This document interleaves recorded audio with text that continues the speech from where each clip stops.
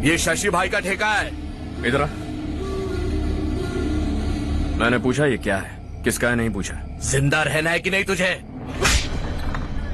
मैं सवाल पूछ रहा हूं तो जवाब देना। नशा करना मना है। चल। शशि भाई के आदमियों से पंगा लिया तूने, अब तू नहीं बचेगा।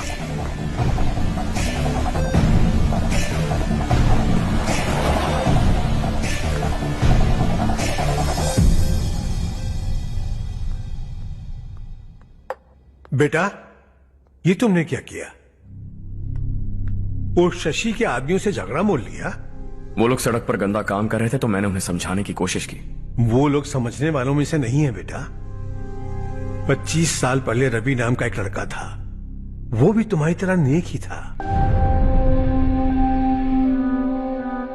इसी गांव में रहता था, इसी घर में रहता था। इस गांव के लिए वो कुछ अच्छा करना चाहता था। उसके सर पर जुनून सवार था। जब से हमने होश संभाला है तब से यहाँ आस पास में कई ऐसे गांव हैं जिनकी तरक्की कभी नहीं हुई। उन गांव की तरक्की के लिए वो बेचारा बाहर गया, मेहनत से पढ़ाई की और एक बढ़िया नौकरी हासिल कर ली रवि ने। इस गांव की हालत देखकर विचलित हो गया था वो। रोज एक गांव घूमकर आ रहे हो रवि, आखिर तुम्हारा इरादा क्या है? मैं किसी भी शहर में जाकर काम करके तरक्की कर सकता हूँ, लेकिन हमारे साथ साथ हमारे गांव की भी तरक्की होनी बहुत जरूरी है। यहीं रहकर इस गांव के लिए कुछ करने की बहुत इच्छा है मुझे। हम खेती बाड़ी करना चाहते थे, पर ठीक से यहाँ बारिश भी नहीं होती थी। इस गांव का गुजारा करने के लिए कुछ न कुछ करना जरूरी था। तभी उसने एक दूध की डेयरी खोलने का फैसला किया। लेकिन विश्वनाथ राव के दारू के ठेके से लोग दारू पीकर धुत रहते थे। लोगों को बर्बाद होता देख रवि एक दिन विश्वनाथ राव को समझाने चला गया, लेकिन उससे कोई फायदा नहीं हुआ। रवि तो बस इतना चाहता था कि लोग दारू का नशा छोड़ दें और गांव की उन्नति में हाथ बटाएं। उसने लोगों को बहुत समझाया कि गांव की तरक्की होगी तो लोगों की जिंदगी में कितने बदलाव आएंगे, और रवि की मेहनत रंग लाने लगी। गांव में बहुत बदलाव आए, गांव तरक्की की ओर बढ़ने लगा। रवि ने हमारे सारे ठेके बंद करवा दिए। गांव में सब लोग हंसी खुशी काम पर जा रहे हैं और वो हीरो बन गया। ऐसा ही चलता रहा तो वो सबका लीडर बन जाएगा। उसे रोकना होगा, किसी भी तरह रोकना होगा शशि।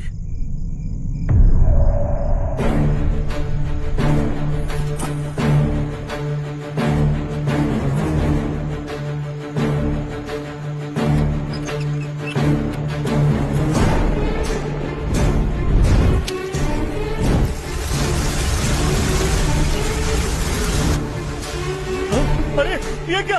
अरे आग लग गई! अरे देखो! हजारों ख्वाब देखे थे हमने, नई रोशनी का इंतजार था हमें, लेकिन अचानक सबकी जिंदगियों में अंधेरा छा गया।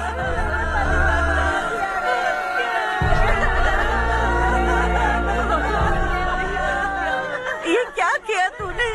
पहले हम खुशी से जी तो नहीं पा रहे थे, पर अब किसके लिए जिएंगे? अब तो खुश है ना तू? क्यों किया तूने ऐसे? सब कुछ जलकर राख हो गया। चले जा यहाँ से, हमें अपने हाल में छोड़ दे।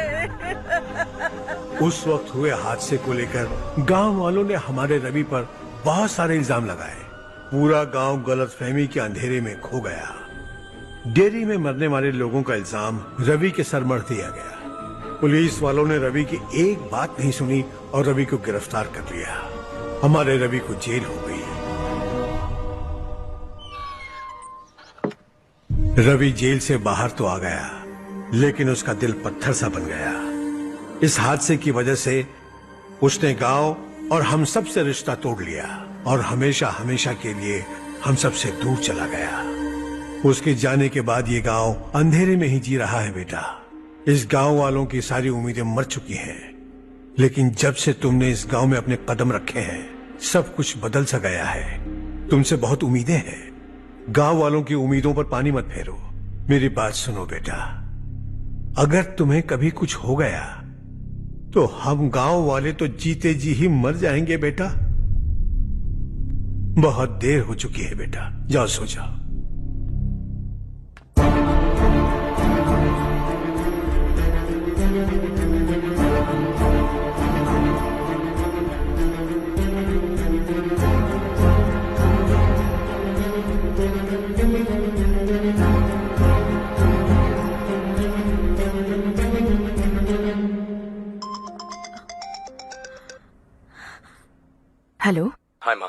कैसे हो तुम बेटा? मैं ठीक हूँ। वैसे कहाँ से कॉल कर रहे हो तुम? पापा हैं घर में। हाँ यही है। उनसे बात करोगे? एक मिनट। सुनिए, हर्ष है। हर्षा, कैसे हैं आप? डिस्टर्ब तो नहीं किया ना? ऐसा कुछ नहीं बेटा, तुमने मुझे कॉल किया। You know how much it means to me. अब हॉलीडेज कैसे चल रहे हैं? Are you enjoying yourself? बहुत अच्छा लग रहा है। अगर आप दोनों यहाँ होते तो और भी अच्छा लगता। हाँ हाँ, क्यों नहीं, तुम्हारे आने के बाद प्लान करेंगे। When are you coming back? Harsha, आवाज नहीं आ रही बेटा। बाद में कॉल करता हूँ।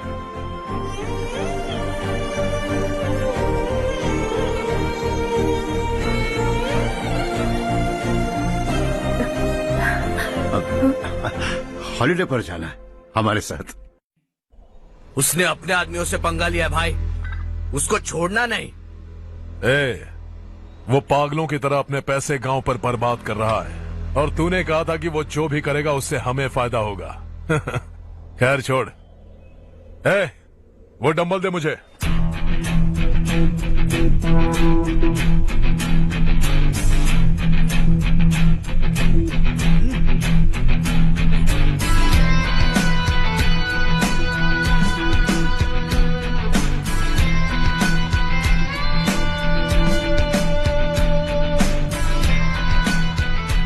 आउटडोर जिम तो सही है बॉस। यार एक सेल्फी लेते हैं।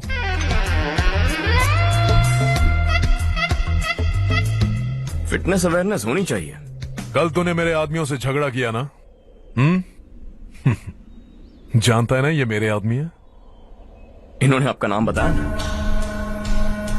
तुम्हारा नसीब अच्छा है, रात को बच गए। अगर हाथ में आ जाते तो पता नहीं कितने टुकड़े करता है। तेरा नसीब अच्छा है जो इन लोगों ने आकर मुझे बताया। अगर ये लोग चाहते ना तो वहीं तेरा गेम बजा देते। जरा इन लोगों के डोले शोले तो देख। तुझे मसल के रख देंगे। मैं भी तो वही चाहता। भाई फोन। हाँ भैया। शशि, मुझे मिनिस्टर के पोस्ट से हटा दिया। मैंने बहुत कोशिश की लेकिन कुछ नहीं हुआ। मैं यहां से गांव के लिए निकल रहा हूं। देखते हैं क्या करना है। ओए, हम जल्द मिलेंगे। तुम्हारी तकदीर बनकर सही वक्त पर फोन आ गया। Lucky boys. देखो, कल हम कलेक्टर से मिलने जाएंगे बेटा। स्वाति और के लिए अच्छे अच्छे रिश्ते आ रहे हैं, लेकिन चारू से पहले इसकी शादी नहीं कर सकते हैं ना। रिश्ता ढूंढ लीजिए। ये लो बेटा। नहीं चाहिए। मुझे कोई बात नहीं। रिश्ता ढूंढने के लिए तुमने 2-4 लोगों से कह दिया है ना? हाँ। लेकिन मुझे नहीं लगता कि चारों इस गांव को छोड़कर कहीं और जाएगी। किसी अनजान के घर जाएगी तो उसे मुश्किल होगी। तो किसी पहचान वाले से करवा दीजिए। चारू से रमेश बहुत प्यार करता है और आप इसे अच्छी तरह जानते भी हैं। रमेश राव, जो हर्ष कह रहा है क्या वो सही है? चारू, हाँ? जरा इधर तो आना। आज बातों बातों में मुझे पता चला है कि रमेश राव तुम्हें बहुत पसंद करता है। अच्छी बात यह है कि तुम दोनों एक दूसरे को बचपन से जानते हो। अब तो ये काम धाम ही करने लगा है। तुम क्या कहती हो बेटा? एक नंबर का गधा है ये। समझ में नहीं आता तुझे? सोचा चिल्लाऊंगी तो तू नौटंकी करेगा, इसीलिए अवॉइड करती थी मैं। लेकिन तुझे बेइज्जत होना पसंद है।